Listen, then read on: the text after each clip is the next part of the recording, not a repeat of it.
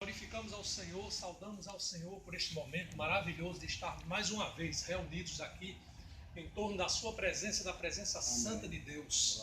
Esperamos que o Espírito Santo, mais uma vez, Senhor, haja em nós e nos traga uma reflexão perfeita da Tua Palavra, para que sejamos realmente contemplados e possamos andar na graça do Senhor, é o que desejamos. Graça e paz, irmãos. Amém.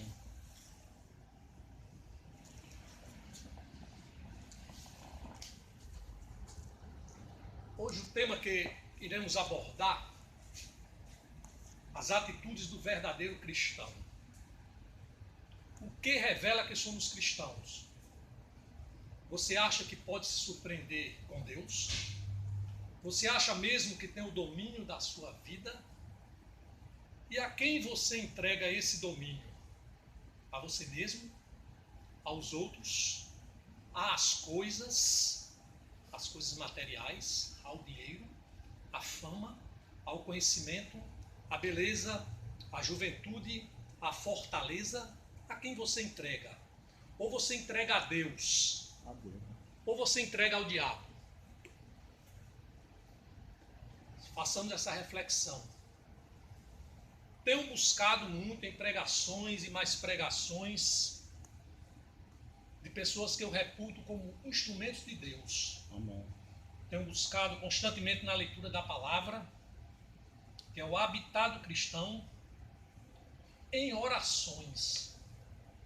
Tenho aprendido muito sobre orações.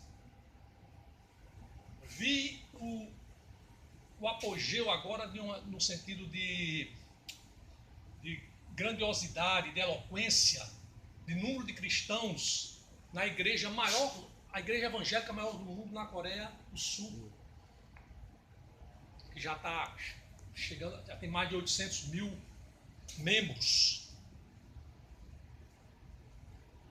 E vi um testemunho de um dos pastores, um dos líderes, falando exatamente que tudo que ele aprendeu e conseguiu em torno do nome de Deus foi através de orações. E pasmem, ele chega a orar 5 horas por dia. E a maioria dos cristãos não conseguem orar 5 minutos. 5 minutos por dia não conseguem orar. Então, como se surpreender com Deus se não estamos em oração? Orai sem cessar, diz a palavra. E Deus me tem surpreendido muito e com certeza vai nos surpreender muito mais. Então precisamos interceder pelos nossos colegas, pelos nossos amigos, para que possamos congregar em maior número de pessoas. Não para o regozijo de quem prega, não para o regozijo próprio dos irmãos, mas para a glória de Deus. Considere, qual é o grande drama do cristão? Com certeza não é a falta de crença em Deus, em crença na palavra. Isso todo cristão sabe. Ninguém discute a anatomia de Deus, ninguém discute se a palavra é inspirada ou não é inspirada. Esse não é o drama do cristão. Ninguém discute se o universo foi criado por Deus. O cristão não vai fazer isso, ele não faz isso. O cristão não discute a misericórdia de Deus, nem a história de Jesus, nem a verdade de Jesus, mas que Deus é vivo. Ninguém discute. O grande drama do cristão, diz o Espírito de Deus, é a prática da sua palavra. A força das nossas ações deveria corresponder à força das nossas palavras. Esse é o grande desafio nosso. É o meu, é o seu, o de todos os cristãos. É deixar de apenas dizer quando dizem, porque muitos não pregam a palavra, muitos não levam a palavra aos irmãos. Deixar de apenas dizer quando dizem, para praticar a palavra. E o fazer é bem mais difícil do que o dizer. Poderia fazer uma analogia tipo: o fazer é o continente, porque no fazer está contido o dizer. Ninguém faz o que não sabe.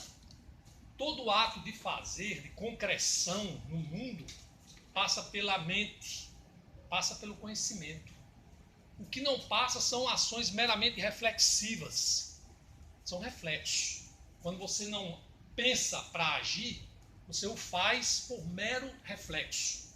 Mas na maioria das vezes, nós precisamos conhecer para fazer. Então há uma importância muito grande. Um depende umbilicalmente do outro. O continente é o fazer que abrange o dizer, mas o dizer seria o conteúdo, porque não há continente sem conteúdo. Fazer o quê se eu não conheço? Então o cristão tem de conhecer a palavra. O cristão tem de se aprofundar na palavra, refletir na palavra, aprender com a palavra, para poder praticar a palavra. Então precisamos deixar de sermos discípulos das igrejas, discípulos das ideologias, das doutrinas humanas, dos dogmas humanos, para sermos discípulos efetivos da palavra de Deus. Amém. O fazer e o dizer significam decisão. Decisão de dizer, de pregar o evangelho, como eu testemunhei aqui, quando eu saí para Recife depois de 9 anos, com a minha esposa e pessoas amigas. Eu fiquei lá na rua, numa rua lá, levando humildemente, mas com destemor, para a glória de Deus, a sua palavra, para pessoas que iam e vinham ali como no mercado persa. Então, para a minha glória, absolutamente. E eu disse para uma das pessoas lá que discutia se Deus era absoluto, se não era, porque eu dizia era relativo, e eu disse, Deus, somente Deus é absoluto. E eu dizia, você acha que eu estou aqui porque eu quero? Você acha que eu saí depois de 9 anos para rever Recife, que eu trabalhei durante 11 anos lá, ia toda semana, e voltei nesse dia, para ali de 9 horas às 13 horas, pregar a palavra na rua, bom dia, para a glória de Deus. Então, é decisão de dizer e decisão de fazer. Embora o dizer esteja no campo de uma abstração, de uma teoria, por isso que é mais fácil dizer, o fazer é decisão no campo do agir. Então eu decido dizer, eu decido fazer. Para eu dizer, eu preciso conhecer a palavra de Deus. E para agir, eu também preciso de conhecer a palavra de Deus. Aquilo que eu falei, o continente e o conteúdo. A coisa mais difícil é decidir o que fazer. É achar ou fazer caminhos. Fazendo analogia com o sistema de trabalho, é muito comum os subalternos falarem dos chefes, dos dirigentes, que estão ali porque, em tese, são os mais capazes para aquela função e que precisam dos subalternos, obviamente. Mas quando você coloca o subalterno para ser o dirigente, o discurso dele muda e ele começa a ver um outro horizonte. Muitas vezes nós precisamos criar caminhos novos. Então, que bom que não precisamos inventar isso no campo da espiritualidade de Deus. Não precisamos, porque Jesus já nos deu o caminho. Jesus já nos deu a vida, a verdade. Que bom que nós não precisamos criar, inventar para onde devemos ir. Não precisamos criar nenhum instituto neurolinguístico para dizer qual o melhor caminho. Isso é maravilhoso. Que bom saber que o dizer e o fazer não depende de nós. Então a solução é nos entregar a Jesus. Mas por dizer e por fazer, e decidido a isso porque o Espírito Santo me incumbe, vou trazer a palavra para não cair no vazio. Aleluia. Mateus 7,24 diz: todo aquele, pois, que ouve estas minhas palavras e as pratica, será comparado a um homem prudente que edificou a sua casa sobre a rocha. Que bom que os cristãos todos sabem disso ou deveriam saber. Será que os cristãos vislumbram a prática da palavra? Caiu a chuva, transbordaram os rios, sopraram os ventos e deram com ímpeto contra aquela casa que não caiu, porque fora edificada sobre a rocha, irmão. E todo aquele que ouve as minhas palavras e não as pratica será comparado a um homem insensato que edificou a sua casa sobre a areia. Caiu a chuva, transbordaram os rios, sopraram-lhes os ventos, deram com ímpeto contra aquela casa e ela desabou, sendo grande a sua ruína. Deus é bom. Em Tiago 1, 19 e 25, vê a relevância da prática da palavra. Diz, Tiago 25: sabeis estas coisas, meus amados irmãos, todo homem, pois, seja pronto para ouvir, tardio para falar e pronto para se irar. Tardio para se irar. Porque a ira do homem não produz a justiça de Deus. Portanto, despojando-nos de toda impureza e acúmulo de maldade, acolhei com mansidão a palavra em vós implantada, a qual é poderosa para salvar a vossa alma.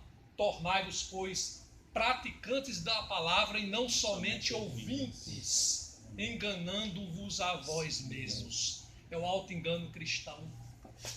É o ateísmo prático. É nós vivermos para nós mesmos, selecionarmos o que devemos fazer e não nos entregarmos ao Espírito e nos deixarmos nos levar pela sua mão, pela sua misericórdia. Chorando com aqueles que choram, nos alegrando com aqueles que se alegram. Essa é a palavra. Mas em Tito 3:7, nós temos aqui que diz: nós também, todos nós, os cristãos também éramos outrora nécios, sim, desobedientes, desgarrados, escravos de toda sorte de paixões e prazeres mundanos. Existe prazer na palavra do Senhor e no agir da palavra do Senhor. Vivendo em malícia e inveja, odiosos e odiando-nos uns aos outros. Vejo o Espírito Santo na prática agindo sobre o nosso país. Depois de muita intercessão, orações e orações, nós vimos o Brasil acordar na esperança de um sol novo, um sol genuíno.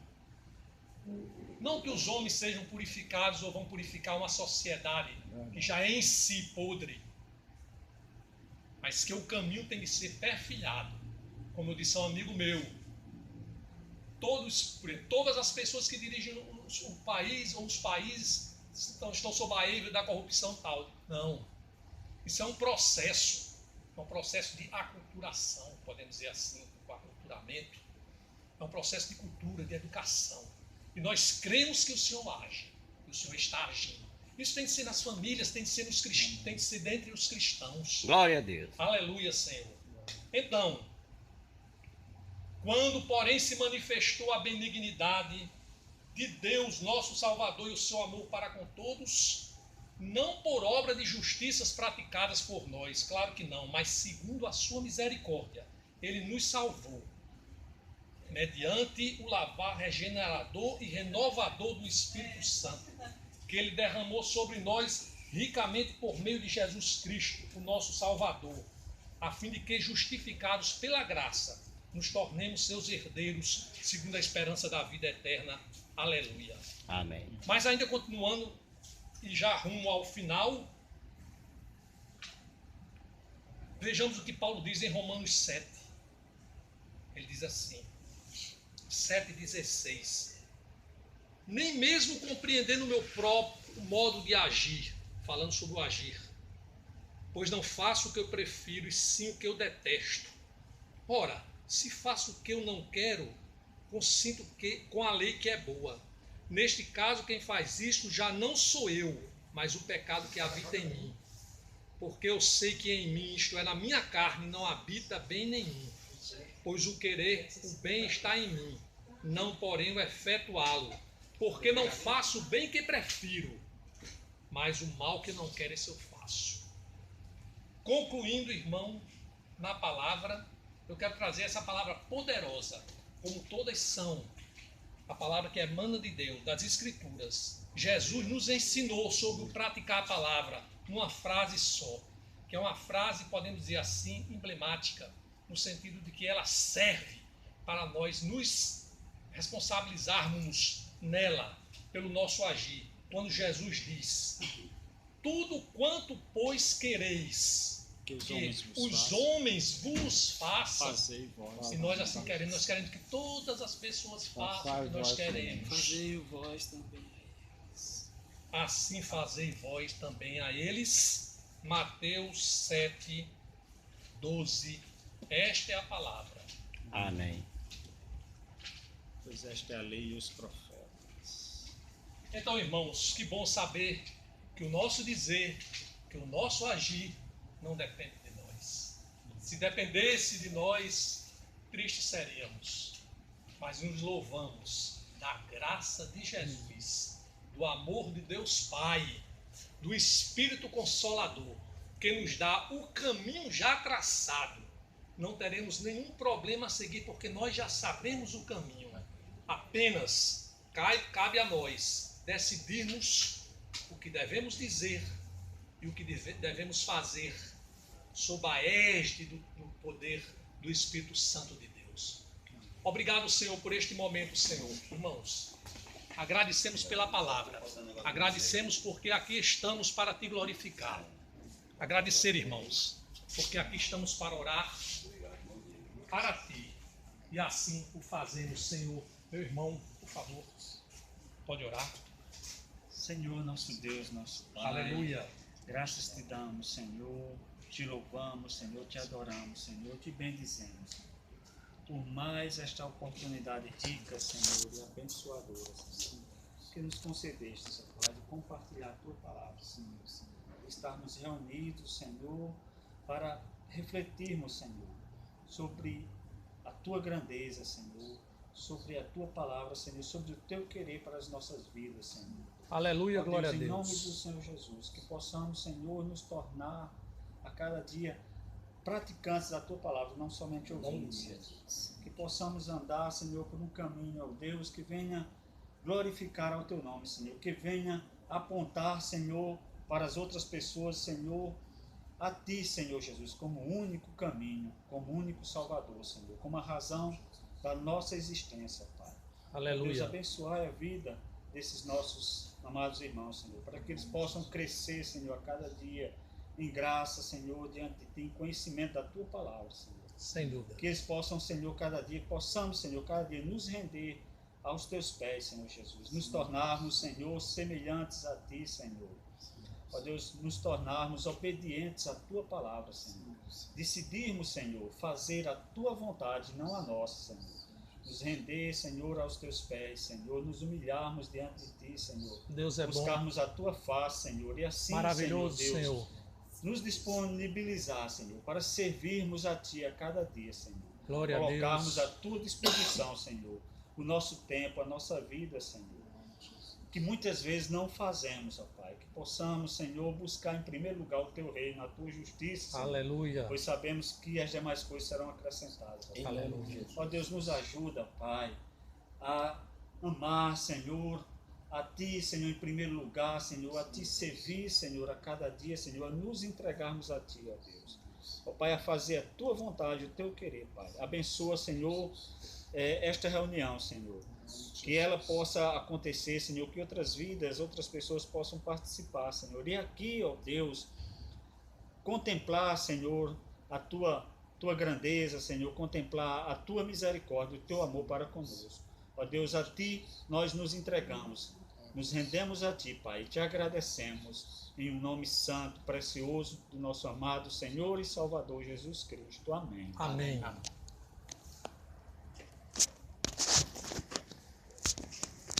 Que a graça de Jesus, Sim.